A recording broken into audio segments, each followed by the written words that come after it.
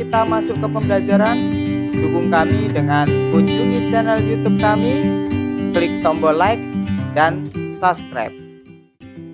Halo. Selamat pagi semuanya. Bagaimana kabar hari ini? Semoga kalian dalam keadaan sehat. Pagi ini kita akan belajar tema 2, persatuan dalam perbedaan.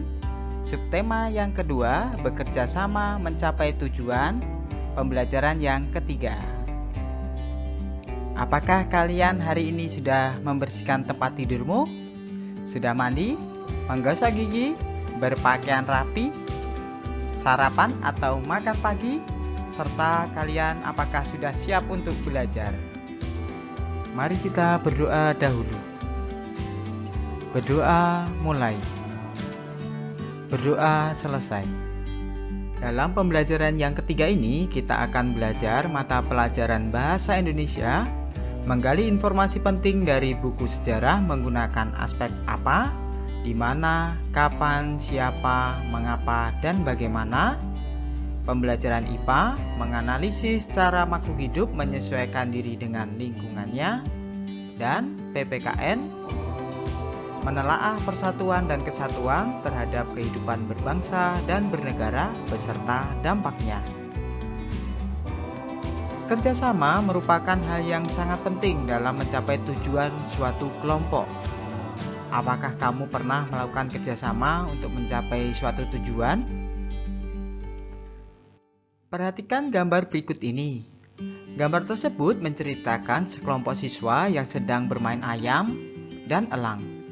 Dalam permainan ini, sekelompok siswa berperan sebagai ayam dan mereka mempunyai tujuan untuk melindungi diri dari serangan elang. Bagaimana tujuan tersebut dapat tercapai? Apa yang harus dilakukan oleh setiap anggota kelompok? Sekarang coba perhatikanlah petunjuk bermain ayam dan elang berikut ini. Buatlah kelompok yang terdiri dari 8 sampai 10 siswa. Salah seorang anak akan berperan sebagai elang, dan salah seorang anak lagi akan berperan sebagai induk ayam. Sisanya akan berperan sebagai anak ayam. Elang akan mengejar dan menangkap anak ayam satu persatu. Induk ayam akan berjuang untuk melindungi anak-anaknya. Tentunya dalam permainan ini ada peraturan yang harus kalian taati. Yang pertama, elang akan mengejar dan menangkap anak-anak ayam. Yang kedua, induk ayam akan melindungi anak-anaknya dengan menghalangi elang. Yang ketiga, jika anak ayam terpisah dari induknya, maka anak ayam tersebut dapat berlari sekencang-kencangnya agar tidak ditangkap oleh elang.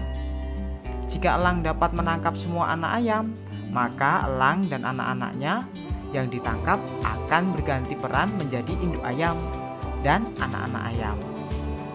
Sedangkan induk ayam yang tidak dapat menjaga anaknya akan berganti peran menjadi elang. Agar permainan lebih menarik, maka jumlah elang dapat ditambah, sehingga induk ayam lebih waspada lagi dalam melindungi anak-anaknya. Dalam permainan ayam dan elang, sangat diperlukan perjuangan dan kerjasama agar anak-anak ayam tidak ditangkap oleh elang. Saat bermain, gunakan masker ya, karena sekarang sedang terjadi pandemi. Dan tahukah kamu bahwa semasa mempertahankan kemerdekaan Indonesia juga diperlukan perjuangan yang luar biasa dan kerjasama dari seluruh rakyat agar kemerdekaan Indonesia tidak direnggut oleh bangsa lain. Ayo kita pelajari bagaimana rakyat Indonesia berjuang mempertahankan kemerdekaan di Ambarawa. Pertempuran Ambarawa. Pada tanggal 20 Oktober 1945, tentara sekutu di bawah pimpinan Brigadir Battle mendarat di Semarang dan bermaksud mengurus tawanan perang. Kedatangan sekutu ini diboncengi oleh Netherlands Indies Civil Administration atau biasa disebut dengan NICA. Namun ketika pasukan sekutu dan NICA telah sampai di Ambarawa dan Magelang untuk membebaskan para tawanan tentara Belanda, para tawanan tersebut justru dipersenjatai hingga menimbulkan kemarahan pihak Indonesia. Pada tanggal 26 Oktober 1945, di Kota Magelang terjadi pertempuran antara pasukan Tentara Keamanan Rakyat dengan pasukan gabungan Inggris dan Nika. Insiden tersebut berhenti setelah Soekarno dan Brigadir Battle melakukan perundingan dan memperoleh kata sepakat. Namun ternyata pihak sekutu mengingkari janji pada tanggal 12 Desember 1945. Pertempuran berkobar di Ambarawa. Kolonel Sudirman langsung memimpin pasukannya yang menggunakan taktik gelar sapit urang atau pergempuran rangkap dari kedua sisi, sehingga musuh benar-benar terkurung. Setelah bertempur selama 4 hari, pada tanggal 15 Desember 1945, pertempuran berakhir. Indonesia berhasil merebut Ambarawa dan sekutu dibuat mundur. Kemenangan ini diperoleh berkat kerjasama dari seluruh rakyat di Ambarawa. Kemenangan pertempuran ini kini diabadikan dengan didirikannya Monumen Palagan Ambarawa dan diperingati sebagai Hari Jadi TNI Angkatan Darat atau Hari Juang Kartika. Bacalah kembali teks pertempuran Ambarawa dan jawab pertanyaan berikut ini. Kapan terjadinya pertempuran Ambarawa? Mengapa pertempuran Ambarawa bisa terjadi? Di mana pertempuran Ambarawa terjadi? Bagaimana cara bangsa Indonesia mempertahankan kemerdekaan dalam pertempuran Ambarawa? Siapa yang mendalangi terjadinya pertempuran Ambarawa? Dan apa akhir dari pertempuran Ambarawa ini? Jawab di buku tulismu dan nanti kirim ke kantong tugas yang sudah disediakan oleh gurumu. Dalam kegiatan yang kedua ini, tentunya banyak yang bisa kita petik dari perjuangan para pahlawan. Jawablah pertanyaan berikut ini. Bagaimana pendapatmu tentang sikap tentara Nika yang melanggar kesepakatan? Yang kedua, bagaimana pendapatmu tentang upaya-upaya yang telah dilakukan bangsa Indonesia dalam mempertahankan kemerdekaan? Sikap apa yang dapat kamu pelajari dari para pahlawan yang berjuang dalam pertempuran Ambarawa? Dan bagaimana kamu dapat menerapkan sikap-sikap tersebut dalam kehidupanmu sehari-hari? Berilah 2 contoh. Kerjakan di buku tulismu dan kirim juga ke kantong tugas yang disediakan gurumu. Tahukah kamu bahwa untuk memenangkan pertempuran Ambarawa diperlukan kerjasama, persatuan, dan taktik agar bisa menang? Pasti kamu setuju ya adanya persatuan, taktik, dan kerjasama. Nah, hewan dalam menyesuaikan diri dengan lingkungan, mereka juga membutuhkan kerjasama, persatuan, dan taktik. Bagaimana hewan menyesuaikan diri dengan lingkungan? Ayo kita pelajari lebih lanjut. Ayo kita pelajari tentang hyena. Hyena adalah hewan paling pintar di dunia. Apabila ada anggapan bahwa simpanse, anjing, atau lumba-lumba adalah hewan terpintar saat ini, mungkin pernyataan tersebut betul, namun kurang tepat. Menurut penelitian, hewan terpintar di muka bumi adalah hyena. Dr. Sarah Benson Amram dari Universitas of St. Andrews mengatakan bahwa hyena adalah hewan terpintar karena binatang tersebut dapat mengatasi masalah secara naluri dan juga dapat berhitung. Dalam penelitiannya, Sarah berhasil menyimpulkan bahwa tingkat kepintaran seekor hewan ditentukan dari cara mengatasi masalah. Hyena mempunyai strata sosial lebih tinggi dari jenis hewan lainnya dan dapat mempertahankan wilayahnya dengan cara memanggil rekan mereka.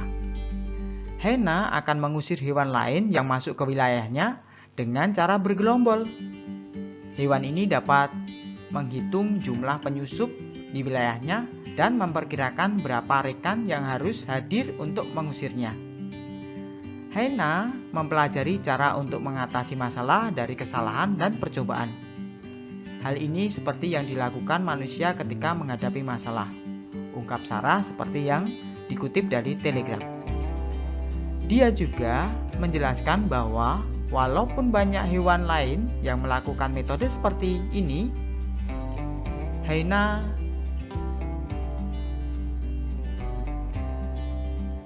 Dia juga menjelaskan bahwa walaupun banyak hewan lain yang melakukan metode seperti ini yang dilakukan Haina, namun hewan ini lebih cepat dalam melakukannya.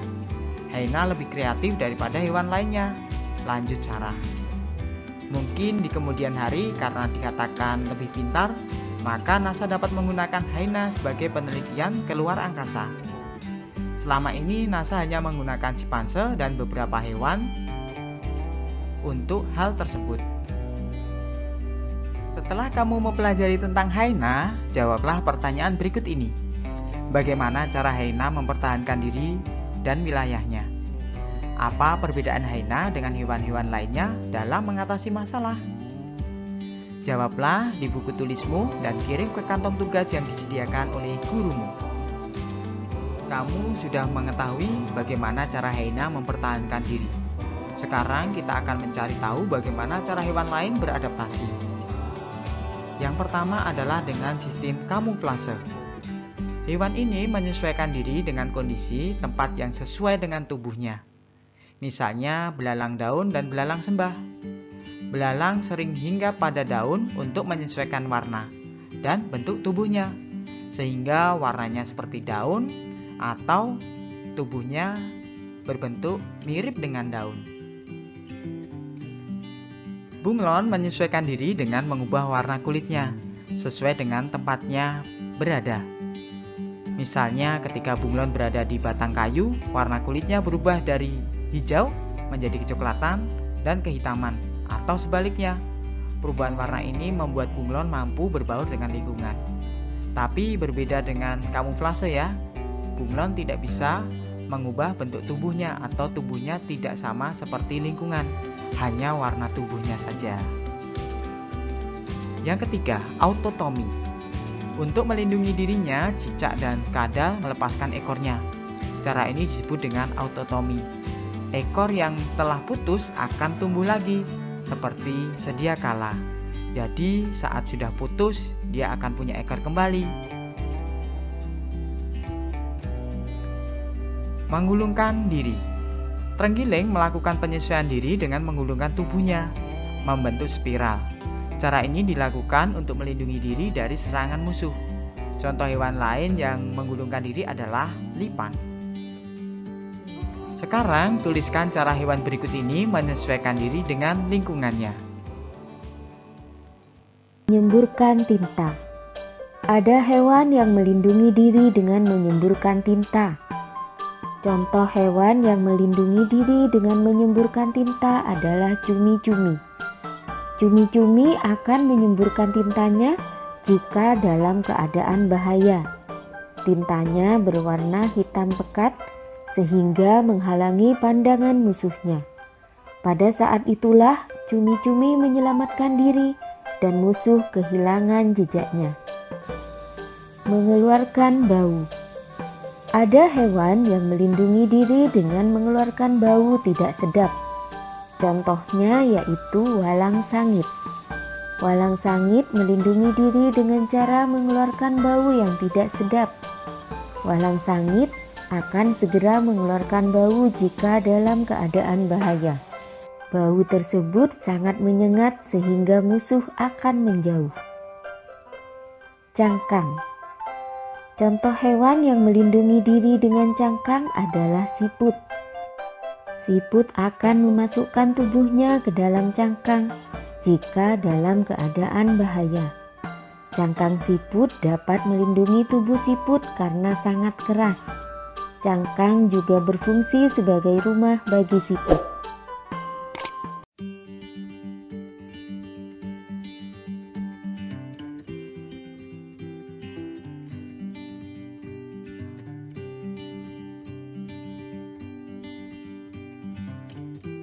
Tuliskan di buku tulismu dan kirim ke kantong tugas yang disediakan oleh gurumu.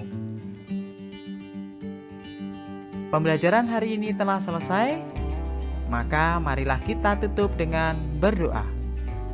Berdoa mulai. Berdoa selesai. Terima kasih anak-anak karena kalian sudah mengikuti pembelajaran hari ini. Semoga kalian tetap semangat, jaga kesehatan, jangan lupa tersenyum, patuhi protokol kesehatan, hidup ini indah.